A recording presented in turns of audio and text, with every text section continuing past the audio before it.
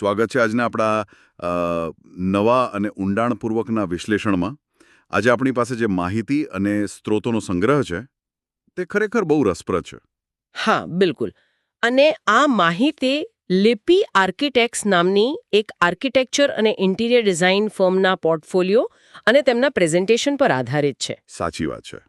અને આજના વિશ્લેષણનો મૂળ ઉદ્દેશ્ય એ સમજવાનો છે કે આર્કિટેક્ચર એટલે માત્ર ઈંટો અને સિમેન્ટ ગોઠવવાનું કામ નથી. આપણે માત્ર ઇમારતો વિશે વાત નથી કરવાના. બરાબર. કારણ કે પ્રેઝન્ટેશનમાં એક બહુ જ સુંદર વાક્ય છે જેના પર મારું ધ્યાન તરત જ ગયું હતું. પેલું આશ્રયવાળું વાક્ય. એક્ઝેક્ટલી. તેમાં લખ્યું છે કે ઇમારતો માત્ર લોકોને આશ્રય નથી આપતી, પરંતુ તે સંસ્કૃતિ અને માનવતા વિશે કંઈક વ્યક્ત કરે છે. આ વિચાર જ આર્કિટેક્ચરનો અસલી પાયો છે. એટલે કે ઇમારતો એ સમયની સાક્ષી છે. આપણે જ્યારે કોઈ પણ જૂની કે ઐતિહાસિક ઇમારત જોઈએ છીએ ત્યારે આપણે માત્ર પથ્થરો નથી જોતા. ના, આપણે તે સમયના સમાજની વિચારસરણી જોઈએ છીએ. તેમની જરૂરિયાતો અને તેમની કળાનો પડછાયો એ ઇમારતોમાં દેખાય છે. અને લિપી આર્કિટેક્ટ્સના કામમાં આ બાબત બહુ જ સ્પષ્ટ રીતે જોઈ શકાય છે. હા, અને કેવી રીતે ખાલી કાગળ પર દોરાયેલું કોઈ અસ્પષ્ટ સ્વપ્ન, મતલબ કોઈ વિચાર, અનેક પડકારોમાંથી પસાર થઈને એક વાસ્તવિક જગ્યા બને છે. વાસ્તવિક અને શ્વાસ લેતી જગ્યા. બહારથી આખી પ્રક્રિયા બહુ ગ્લેમરસ લાગે કે હા, એક સુંદર ડિઝાઇન બની ગઈ, પણ તેની પાછળની ગણતરીઓ બહુ જટિલ હોય છે. આ જટિલતા સમજવા માટે આપણે ફર્મના સ્થાપક આર્કિટેક્ટ લિપી રાદડિયાની પ્રોફાઇલ પર નજર કરવી જોઈએ. એક બહુ નોંધપાત્ર બાબત છે એમાં. હા, તેમનું શૈક્ષણિક અને વ્યવસાયિક બેકગ્રાઉન્ડ. બરાબર. તેમણે 2019માં પોતાનું BArch એટલે કે બેચલર ઓફ આર્કિટેક્ચર પૂર્ણ કર્યો. હવે સામાન્ય રીતે આપણે જોઈએ છીએ કે ડિગ્રી મળ્યા પછી તરત જ લોકો પોતાની પ્રેક્ટિસ શરૂ કરી દેતા હોય છે. હા, એવો એક ટ્રેન્ડ બની ગયો છે અત્યારે. પણ તેમણે એવું ન કર્યું. તેમણે 4 વર્ષ સુધી એસિસ્ટન્ટ આર્કિટેક્ટ અને ઇન્ટિરિયર ડિઝાઇનર તરીકે ગ્રાઉન્ડ લેવલનો સઘન અનુભવ મેળવ્યો. અને ત્યારબાદ 2022માં પોતાની ફર્મ લિપી આર્કિટેક્ટ શરૂ કરી. અને આ 4 વર્ષનો ગેપ, અથવા એમ કહીએ કે આ અનુભવનો સમયગાળો, એ જ એક ડિઝાઇનરને પરિપક્વ આર્કિટેક્ટ બનાવે છે. એટલે એકેડેમિક જગતમાંથી બહાર આવીને સીધું પોતાનું કામ શરૂ કરવા કરતાં આ અભિગમ અલગ છે. બિલકુલ અલગ છે. જો કોલેજના એસી સ્ટુડિયોમાં બેસીને સોફ્ટવેરમાં કોઈ આદર્શ ડિઝાઇન બનાવવી એકદમ સરળ બાબત છે. હા, ત્યાં કોઈ નિયંત્રણો નથી હોતા. એ જ તો વાત છે. પણ વાસ્તવિક સાઇટ પર તે ડિઝાઇનને લાગુ કરવી એ તદ્દન અલગ દુનિયા છે. આ 4 વર્ષમાં તેમણે ઘણું બધું શીખ્યું હશે. કેવા પ્રકારની બાબતો? જેમ કે અલગ અલગ મટીરિયલ્સ વાસ્તવિક આબોહવામાં કેવું વર્તન કરે છે, ઉનાળાની ગરમીમાં કે ચોમાસામાં કયું લાકડું કે પેઇન્ટ ટકશે. અને સાઇટ પર કામ કરતા લોકો સાથેનું સંકલન પણ ખરું ને. થાવું કાગળ પર દોરેલી એકદમ પરફેક્ટ અને સીધી લાઈનને જ્યારે સાઇટ જ વાંકી ચૂકી હોય ત્યારે કેવી રીતે સીધી કરવી. પુસ્તકોનું જ્ઞાન માત્ર થિયરી છે. પણ સાઇટ પરનો અનુભવ એ પ્રેક્ટિકલ અમલીકરણ છે. આ બધું જોતા મને તેમના પોર્ટફોલિયોનો પેલો વિચાર યાદ આવે છે. તેમાં લખ્યું છે, આર્કિટેક્ચર એ સપનાઓ દોરનાર છે. Architecture is a drawer of dreams. બહુ જ કાવ્યાત્મક લાગે સાંભળવામાં. હા, પણ આમાં વાસ્તવિકતા પણ છે. જ્યારે કોઈ ક્લાયન્ટ પહેલીવાર આવે છે કોઈ આર્કિટેક્ટ પાસે, ત્યારે તેમની પાસે કોઈ નક્કર પ્લાન નથી હોતો. માત્ર થોડા અસ્પષ્ટ વિચારો જ હોય છે. બરાબર. એક આદર્શ ઘર કેવું હોવું જોઈએ તેની કલ્પના હોય છે કે મારું એક સુંદર લિવિંગ રૂમ હશે, મોટું રસોડું હશે. અને આર્કિટેક્ટ જ એ વ્યક્તિ છે જે એ અદૃશ્ય વિચારોને પેન્સિલ અને સોફ્ટવેરથી દૃશ્યમાન બનાવે છે. અને એ સપનાઓને વાસ્તવિકતામાં ટકાવી રાખવા માટે જ્ઞાન જરૂરી છે. એન્જિનિયરિંગ અને પ્રોજેક્ટ મેનેજમેન્ટનું મજબૂત પાયો જોઈએ. કારણ કે સ્વપ્ન જોવું સહેલું છે. પણ તેને ઊભું કરવું અઘરું છે. હા, તેને ગુરુત્વાકર્ષણના નિયમો અને સૌથી અગત્યનો બજેટની મર્યાદાઓમાં બાંધીને ઊભું કરવું એ એક બહુ મોટી શિસ્તબદ્ધ પ્રક્રિયા છે. આ પ્રક્રિયાને ફર્મના પ્રેઝન્ટેશનમાં 5 તબક્કાઓમાં બહુ સરસ રીતે વહેંચવામાં આવી છે. હા, જે 5 સ્ટેજ આપ્યા છે તે. એક્ઝેક્ટલી. શ્રોતાઓ માટે હું આ 5 તબક્કાઓ જણાવી દઉં. પહેલું છે કન્સેપ્ચ્યુઅલ સ્ટેજ, બીજું ડ્રોઈંગ સ્ટેજ, ત્રીજું સ્ટ્રક્ચરલ સ્ટેજ, ચોથું કન્સ્ટ્રક્શન સ્ટેજ અને પાંચમું છે ઇન્ટિરિયર સ્ટેજ. બરાબર. હવે આ વાંચીને તો એવું લાગે છે કે આ એકદમ સીધી અને સરળ એસેમ્બલી લાઇન છે.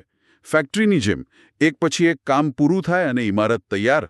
કાગળ પર આ માળખું વ્યવસ્થિત અને સરળ દેખાય જ છે, પણ આપણે જેમ પહેલા વાત કરી, આર્કિટેક્ચરની દુનિયામાં આ સીધી રેખા માત્ર એક ભ્રમ છે. એટલે સાઇટ પર પરિસ્થિતિ અલગ હોય છે. બિલકુલ. જ્યારે કોઈ પ્રોજેક્ટ કન્સ્ટ્રક્શન સ્ટેજ પર પહોંચે છે, એટલે કે જ્યારે જમીન પર ખોદકામ શરૂ થાય, ત્યારે આખી પ્રક્રિયા અત્યંત ગૂંચવણભરી બની જાય છે. ત્યાં જ આદર્શ ડિઝાઇન અને વાસ્તવિક દુનિયાની ટક્કર થાય છે. અને એ ટક્કરનો બહુ સ્પષ્ટ ઉલ્લેખ પણ પ્રેઝન્ટેશનમાં છે. તેમણે પ્રોજેક્ટ દરમિયાન આવતા પડકારોની આખી એક યાદી આપી છે. હા, એ પડકારો બહુ વાસ્તવિક છે. જેમાં છે ફાઇનાન્શિયલ બજેટ એટલે કે નાણાકીય બજેટ, મંતવ્યોમાં તફાવત, વાસ્તુશાસ્ત્ર, ક્લાયન્ટની બદલાતી જરૂરિયાત, વર્કમેનશિપ અને સાઇટ પરના બીજા પડકારો. આ બધું વાંચીને મને સમજાયું કે ડિઝાઇન બનાવવી એ તો કામનો માત્ર એક નાનો હિસ્સો છે. બહુ જ નાનો હિસ્સો. અસલી કામ તો આ બધા પરિબળો વચ્ચે બેલેન્સ કરવાનું છે. અને આ યાદીમાં જો તમે ધ્યાન આપો તો બે બાબતો સૌથી વધુ ધ્યાન ખેંચે તેવી છે. કઈ બે બાબતો? વાસ્તુશાસ્ત્ર અને મંતવ્યોમાં તફાવત. અચ્છા, વાસ્તુશાસ્ત્ર કેવી રીતે પડકાર બની શકે? જુઓ, આધુનિક આર્કિટેક્ચરનો મૂળ કન્સેપ્ટ શું છે? ખુલ્લી જગ્યાઓ, સારું વેન્ટિલેશન અને મેક્સિમમ સૂર્યપ્રકાશ. બરાબર છે. પરંતુ જ્યારે વાસ્તુશાસ્ત્રના નિયમો વચ્ચે આવે ત્યારે ક્યારેક એવું બને કે મુખ્ય દરવાજો, રસોડું કે માસ્ટર બેડરૂમ કોઈ ચોક્કસ દિશામાં જ રાખવા પડે. ભલે ત્યાંથી કુદરતી પ્રકાશ ઓછો આવતો હોય અથવા વ્યૂ સારો ન હોય. એક્ઝેક્ટલી. હવે અહીં આર્કિટેક્ટે પોતાની આધુનિક ડિઝાઇન ફિલોસોફી અને ક્લાયન્ટની વર્ષો જૂની માન્યતાઓ વચ્ચે એક વચલો રસ્તો કાઢવો પડે છે. એવી રીતે ડિઝાઇન કરવી પડે કે સ્પેસ પણ સારી લાગે અને ક્લાયન્ટની આસ્થા પણ જળવાઈ રહે. આ બહુ મોટો પડકાર છે. અને બીજું તમે કહ્યું મંતવ્યોમાં તફાવત. હા, જ્યારે એક જ પરિવારના સભ્યો વચ્ચે વિચારો ન મળતા હોય. ભલો કે ઘરમાં રહેતા અલગ અલગ સભ્યોની જરૂરિયાતો અલગ હોય. બિલકુલ. એક જ પ્રોજેક્ટ હોય, પણ પતિને કદાચ એક મોટો એન્ટરટેનમેન્ટ એરિયા જોઈતો હોય, પત્નીને એકદમ આધુનિક અને વિશાળ રસોડું પ્રાથમિકતા લાગતું હોય. અને બાળકોને ગેમિંગ રમવા માટે કે ભણવા માટે અલગ શાંત જગ્યા જોઈતી હોય. હા, હવે અહીં આર્કિટેક્ટની ભૂમિકા બદલાઈ જાય છે. તેઓ માત્ર સ્પેસ ડિઝાઇનર નથી રહેતા. તો શું બની જાય છે? એક સાયકોલોજિસ્ટ અને મીડિયેટર. તેમણે બજેટની મર્યાદા તો જોવાની જ છે, પણ સાથે સાથે પરિવારના દરેક સભ્યને માનસિક રીતે સંતુષ્ટ પણ કરવાના છે. સાચી વાત છે.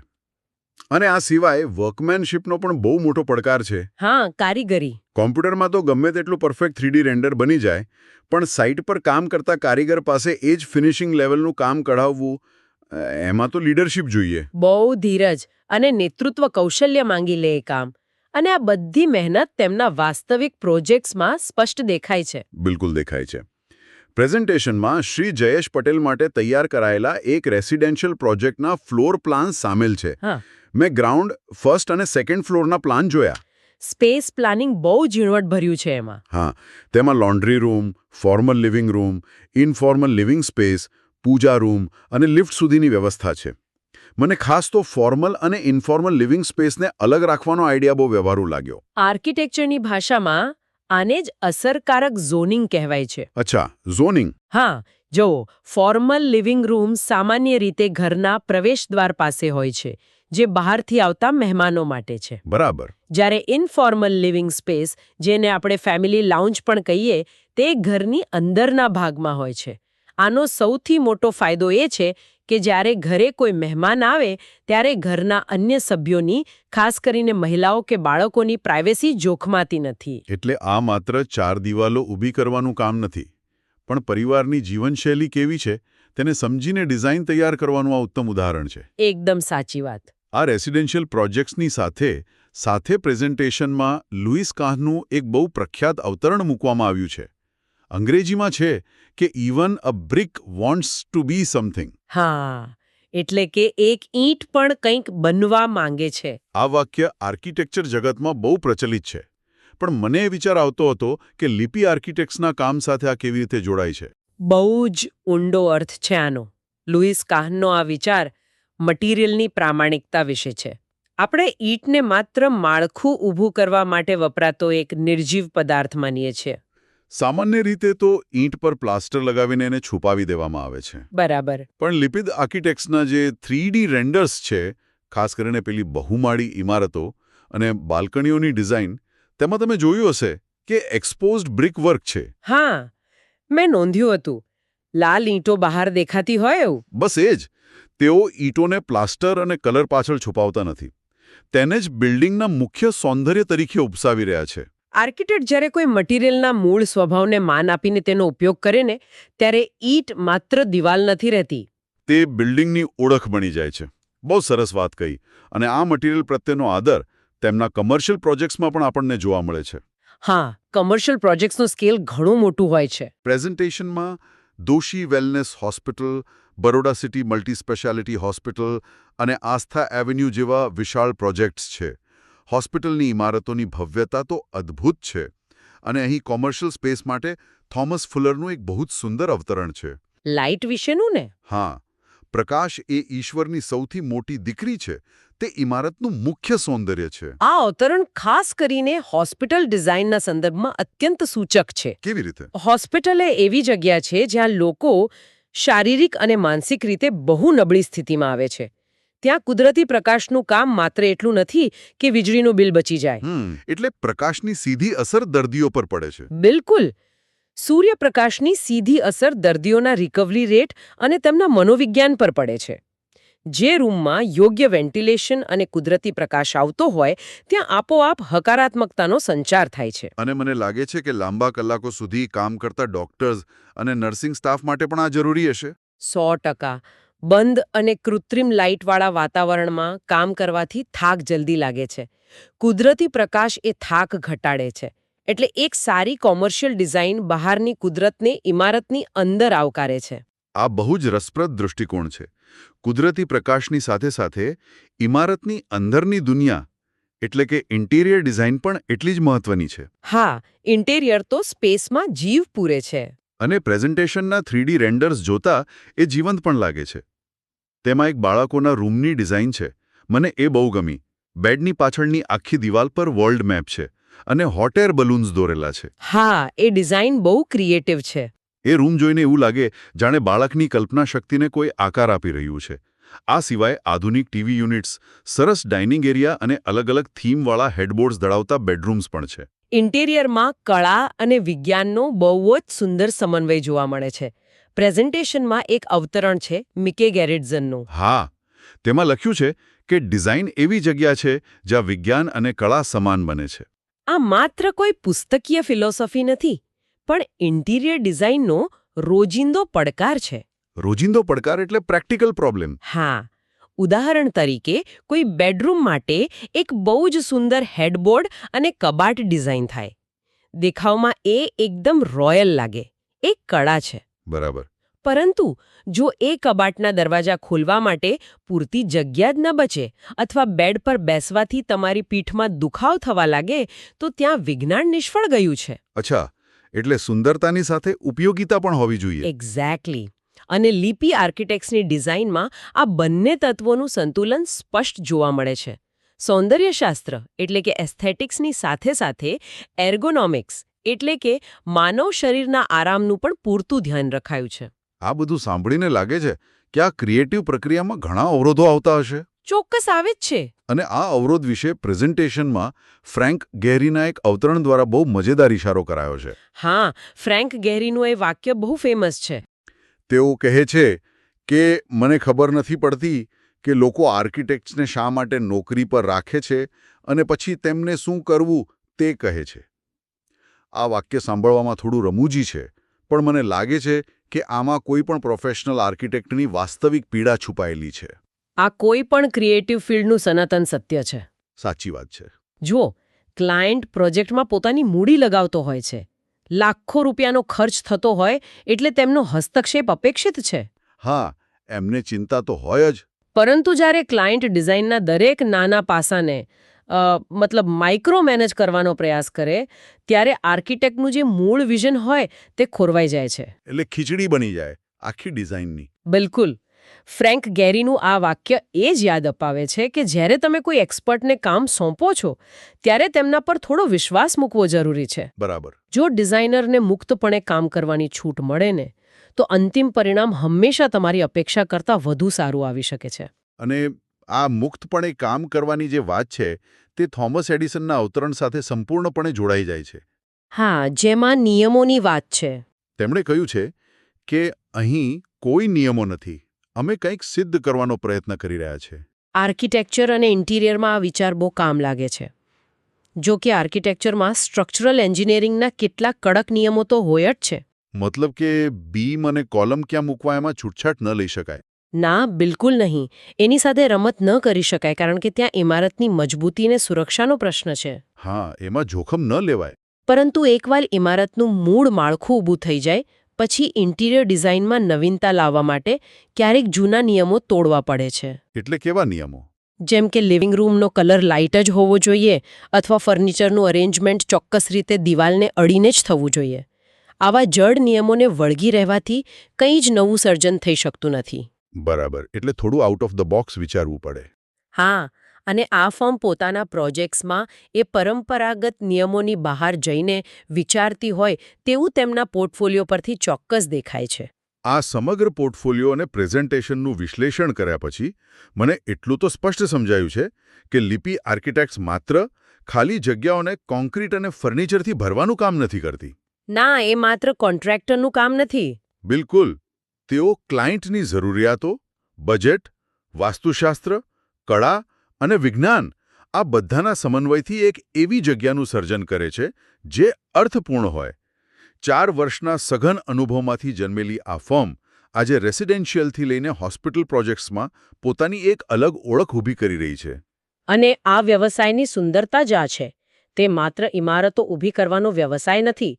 તે માનવ જીવનના અનુભવોને આકાર આપવાનું એક માધ્યમ છે. બહુ સાચી વાત. એક સારી ડિઝાઇન ખરેખર લોકોના જીવન ધોરણમાં અને તેમની વિચારસરણીમાં બહુ મોટું સકારાત્મક પરિવર્તન લાવી શકે છે. આપણા શ્રોતાઓ માટે આ જાણવું ચોક્કસ રસપ્રદ રહેશે અને જેમને આ ફર્મના કામ વિશે વધુ જાણવામાં રસ હોય તેમના માટે કેટલીક સંપર્ક માહિતી અહીં રજૂ કરવી યોગ્ય રહેશે. હા, ચોક્કસ. તેમની ઓફિસ વડોદરાના સેવાસી વિસ્તારમાં આવેલી છે. પ્રિયા સિનેમા પાછળ, એપ્રિક્સ બિલ્ડિંગના 14મા માળે.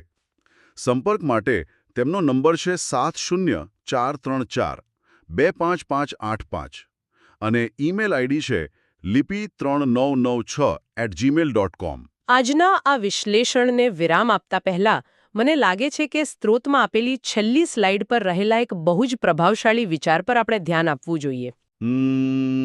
લિપિ રાદડિયાનું પોતાનું જે સૂત્ર છે તે? હા, તેઓ માને છે કે કંઈક નવું બનાવવા માટે વ્યક્તિએ પહેલા દરેક વસ્તુ પર સવાલ ઉઠાવવા જોઈએ. આ ખરેખર એક ઊંડો અને વિચારવા લાયક દૃષ્ટિકોણ છે. આપણે આપણી આસપાસની જગ્યાઓથી એટલા ટેવાઈ જઈએ છીએ કે આપણે ભાગ્યે જ કોઈ પ્રશ્નો પૂછીએ છીએ. હા, આપણને બધું નોર્મલ જ લાગે છે. છળ કયો મૂળ વિચાર છુપાયેલો હશે? બિલકુલ. કેમ ચોક્કસ જગ્યાએ જે સીડીઓ બનાવવામાં આવી છે? જો આપણે જીવનમાં કંઈક નવું અને અર્થપૂર્ણ સર્જન કરવું હોય તો આપણે આસપાસની આ બધી સામાન્ય લાગતી બાબતો પર સવાલ ઉઠાવવાનું શરૂ કરવું પડે. કારણ કે સર્જનની શરૂઆત જ પ્રશ્ન પૂછવાથી થાય છે. આ એક એવો વિચાર છે જે આપણને આપણી આસપાસની ભૌતિક દુનિયાને એક તદ્દન નવા જ દૃષ્ટિકોણથી જોવાની પ્રેરણા આપે છે.